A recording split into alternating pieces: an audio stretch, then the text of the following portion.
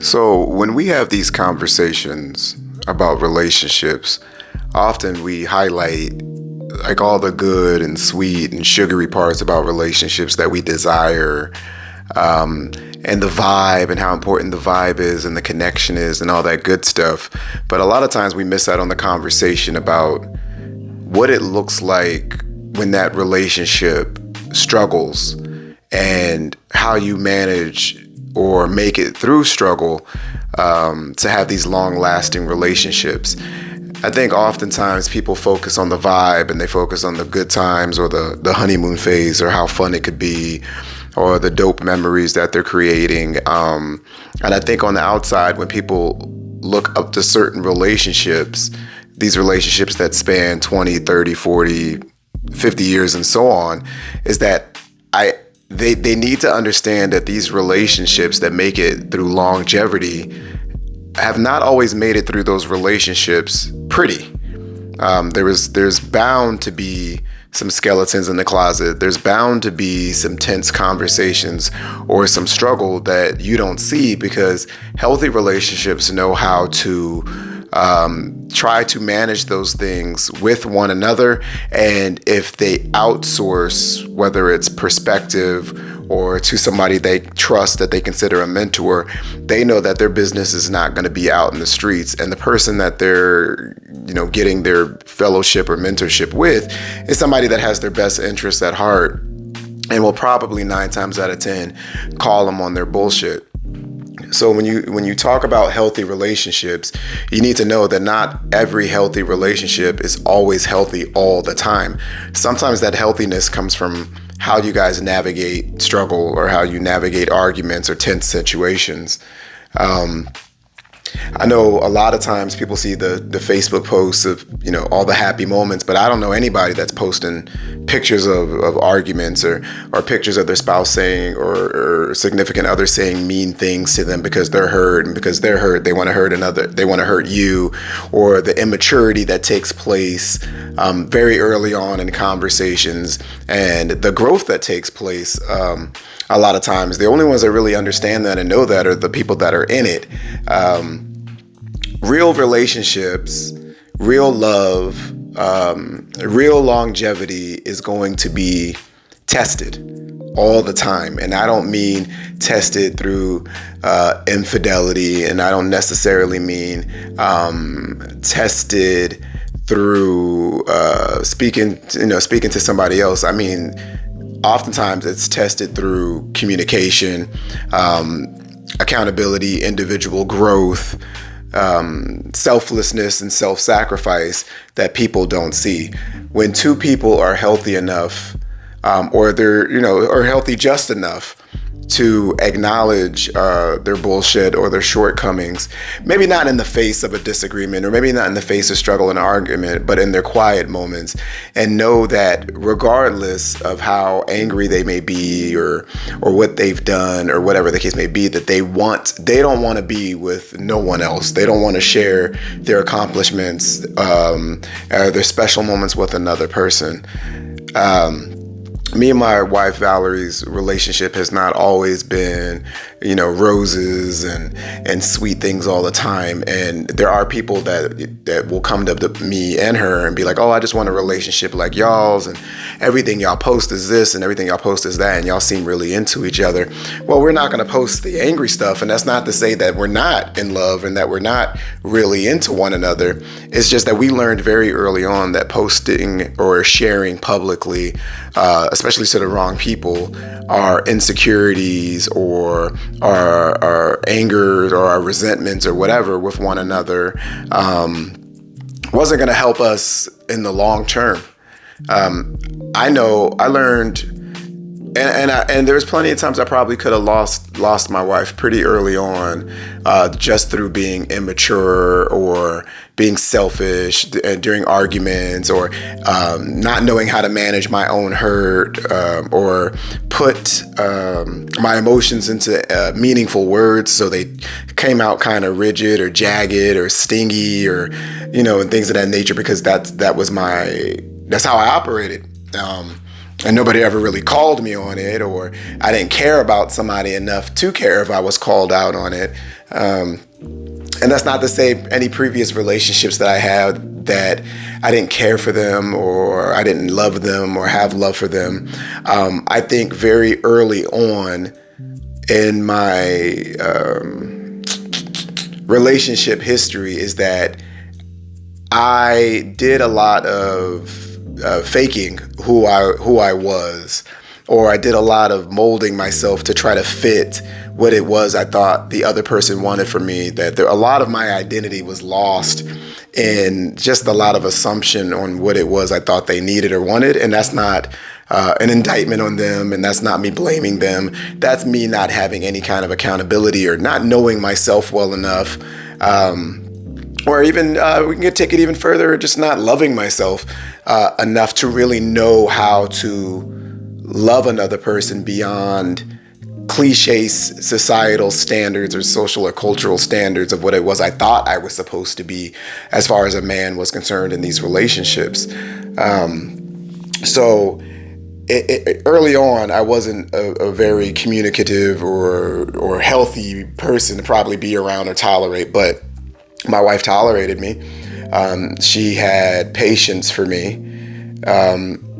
And maturity, this is what maturity looks like, fellas, in case you weren't sure, you're pretty early on, and maybe some guys know it, and ladies, you know, this is what maturity looks like, not just for your man, this is what maturity could look like for you. When you start really evaluating yourself in moments where it's easy to evaluate just the other person, that's growth. When you leave a conversation and you're sitting by yourself, and I've done this, and I've been like, damn, CJ, well, like, why'd you say that? Like, that wasn't smart. That was stupid. You didn't mean that. Or you meant it, or maybe you didn't mean it the way it came out, or you know, you could have, you know, you hurt them and you realized that you hurt them. And instead of just apologizing in the moment, you rode with it, and just, I rolled with it. And then, but in my quiet moments, I was like, come on now. And you know, and then you go back, and then you apologize, you acknowledge that you were wrong, you validate their feelings while also validating yours at the same time, and just finding healthy ways to communicate with one another. Another sign of your growth is when you let ridiculous things go, and you realize not everything is worth an argument, or not every hill is worth dying on. Not every disagreement needs to be a testament to your relationship as a whole. I've learned over the years that there's no matter how angry I've gotten with my wife, or how, like, many times I wanted to like walk out the door, and that used to be my MO back in the day, was I would leave, and like, that'll teach them, that'll, you know, make them hurt and make them feel like they can lose me, and then with maybe the fear of losing me will get them to act the way I want to. And that was a very immature and manipulative way of acting and thinking.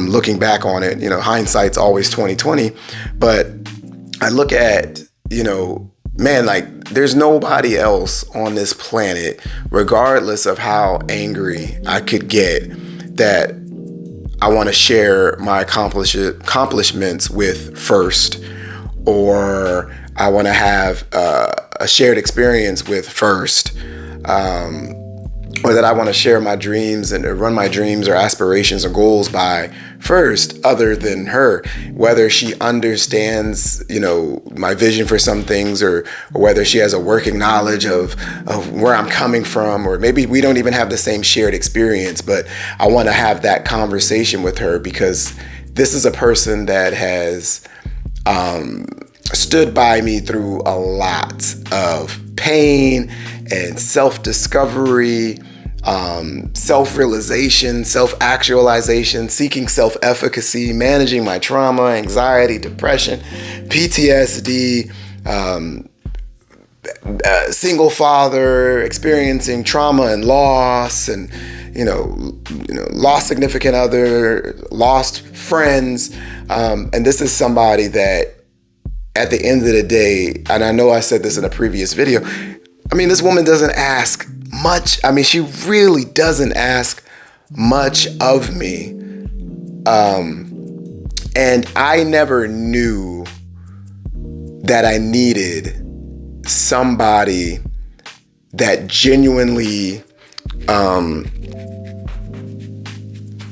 was excited about my self-discovery. And that's not to say that I don't support her or her goals or her dreams or her aspirations, or I want to be a support or provide whatever resources she needs for anything that she ever wants and ever desires. Because when I tell you, in that regard, she wants for nothing, I mean that. She absolutely wants for nothing. And if it's in my power to give it to her, then I will give it to her. And if it's not, I'm a work my ass off to figure out how to make that happen for her, because she deserves all the good in this world.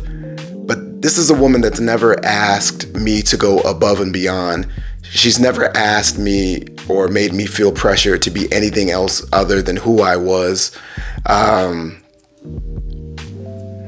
And when you find someone that invests in you, and I don't mean monetarily, I mean she wholeheartedly believes in you as the product. That is, I'm telling you, if you lose that and you're ever fortunate to get it again in your lifetime, I promise you won't fuck it up. Because the alternative is trying to find somebody. You'll continually forever be searching for that, something to fill that void. And someone that's packaged so complicated in such a simple frame, that does so much with very little interaction. Like, I literally live for a look she can give me when she's proud of me, or the excitement on her face when I'm excited, when I'm talking nerdy or I'm talking about comic books, and I feel like such a nerd, but I don't feel like I'm wasting my time, or I don't feel insecure about just being myself. And they're just excited because you're excited, and they're hanging on your every word. That's the kind of person that you give the world to. Everything that I do, every good thing that I do, every goal that I have, every aspiration that I have about who I want to be as a person, used to be about what I wanted, but it has, over the years and even now, has turned into how can I make her more proud of me? How can I keep that smile on her face? How can I get closer to her? And it could be because I'm getting older. I'm about to be 43 this year. The kids are getting older. Kids are leaving the house. And I think people forget that once these kids are out of the house, it's you and her. You know, you gotta have something. I don't want to be cliche and say date night is important, but date night is important. Investing in each other as lovers or significant others or spouses or whatever is important. That closeness is important. Being able to share your life with someone in such a meaningful way that you feel connected in this world, as big as it is important. And it might not be important to everyone. So bless you if you can be by yourself and you enjoy being by yourself, or, you know, if you enjoy not being yoked to another person. I can understand, because marriage is hard. It is a job. And I know some people don't like that analogy, that marriage is a job, but it is a job. But if it's a job that you enjoy, there's stress, good stress, and there's bad stress that comes with it. But you know you want to advance in that job. You know you don't want any other job. You don't want to be co-CEO with any other person or partner with any other person in the ways that are meaningful. So fellas, again, when you get somebody like that, or you grow because of somebody like that, you have found yourself something that people take a lifetime to find. And some people have it right under their noses and have no idea that they have it. So thankfully, I realized that pretty early on, even though I didn't act like I knew it very early on, or I fought against it, being able to be that close to somebody again. And that's not because of, I experienced so much hurt from all these different women, but it could be just because I've hurt so many different women through my immaturity and my lack of growth and my lack of accountability that, I was in my way. And there are times where I'm still in my way now, but I am more self-aware of what it is that I am doing positively, what I am doing negatively, how I want to build from that. But it's never changed that it's her. Like that's never changed in any capacity. So that's pretty much it. I'm gonna go ahead and cut this off right here. Super cheesy. I've had plenty of guys be like, haha, you love your wife, you lame, but that sounds stupid. While you running around every weekend trying to figure it out. Sometimes you got what you need at home, or it's right next to you, or she's in your face trying to be a positive influence or a part of your life, and you too busy looking around or too busy looking over her or past her that you're gonna miss it. So I'm not gonna sit here and be like, well, ladies, y'all need to, this one's for the fellas. Y'all, we really gotta step it up. And sometimes it takes the right person to hold that mirror up to us if we're incapable of doing it ourselves, to get us to be really to whatever our calling is. And I personally believe that nobody really makes it to their calling without some significant person in their life to act as a muse or a guide or their North Star or whatever the case be, to really achieve all that they desire in life. And just make sure that if you are achieving it, you pay it forward, and you absolutely shower that person that has helped you achieve those things with all the love, honor, and respect that they deserve. And if you don't, and if you ever fall short, and there's ever an accountable moment where you need to apologize and just kind of eat shit, for a lack of better words, then be that growth. Don't be so in your pride energy that you can't apologize. And that apology usually comes with changed behavior. And if y'all can both change y'all behavior together and communicate in some kind of meaningful way, then you would have done something really great in this world. So, all right, that's it. I didn't intend for this to be like an episode 6. But it is what it is. Again, I'm Carl, aka CJ, with the Selflessly Selfish podcast, and I appreciate you guys tuning in. And Val, I love you, baby. Peace.